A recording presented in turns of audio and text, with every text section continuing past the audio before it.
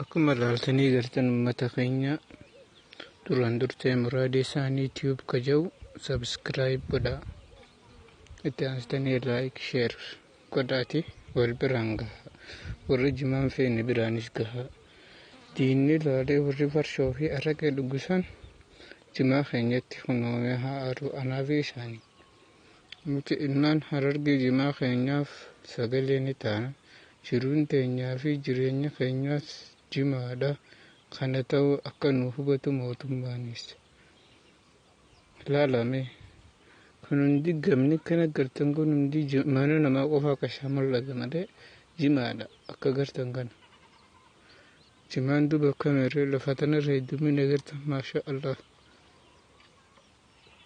Iddoo ajaa'ibaati. Meenuma laala.